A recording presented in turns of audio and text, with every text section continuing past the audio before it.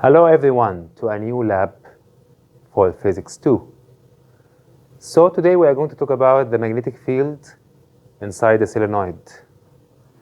So imagine that we have a core, a kind of maybe metal core.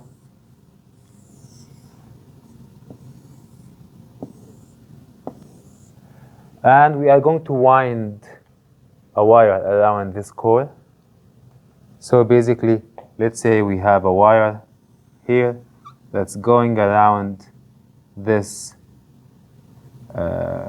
core, metal core, basically, and it's winded. Let's do it.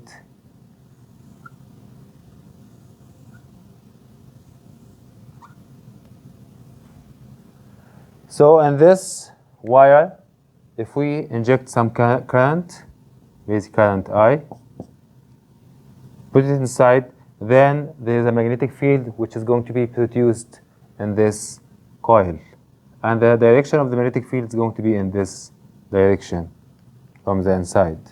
So the magnetic field produced here is going to be in this direction and basically going around. And this one, say the same, creating the north and the south, north and south. So basically this is going inside the magnetic field, and the current basically was going outside of here. So a solenoid, it's basically a coil, has many turns. Usually these are closer, these turns or these wires are close to one another.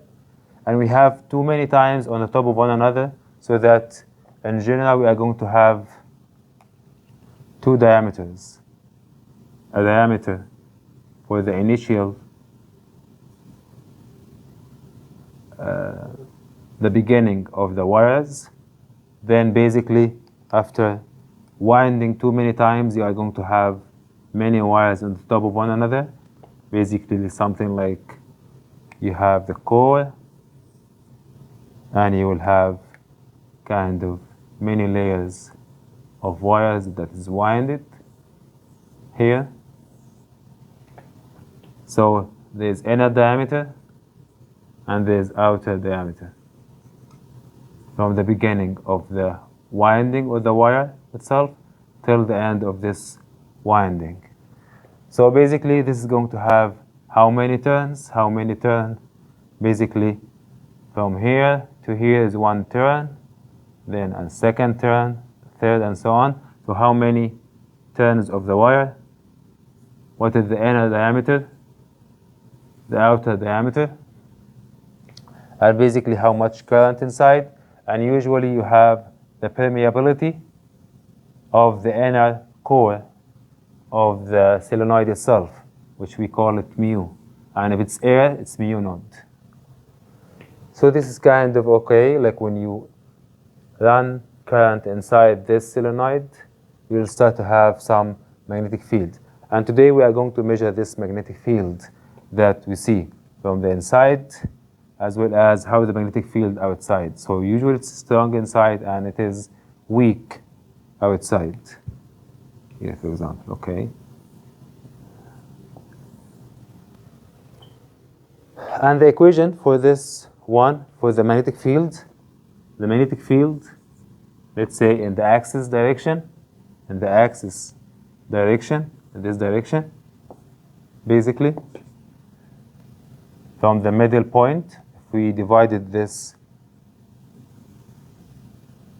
solenoid into two halves, so we're starting from this location. Let's say, for example, it is x, and this is the x-axis, and we're starting from the 0 point. Sorry, this is the x-axis. So let's say P in x-axis is equal to, basically from this one, equal to mu naught, which basically the permeability in air, multiplied by Ni R square. N number of turns, I the current going inside, and R basically is the median radius from the center of the core or the solenoid itself. So basically something that is in the middle, which usually this I is equal to, if this is diameter, so basically it is A over 2 plus P over 2 over 2. Okay? This is the mean radius of this solenoid. The mean radius of the solenoid. Mean radius of the solenoid. And basically it's over 2 multiplied by x squared plus I squared, x squared plus I squared, all to the power of 3 over 2. 3 over 2.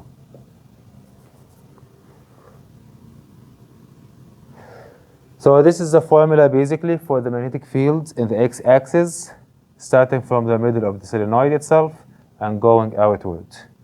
And we can see here, in general, the relationship between the magnetic field and the x-axis itself. It's what? Let's say this one.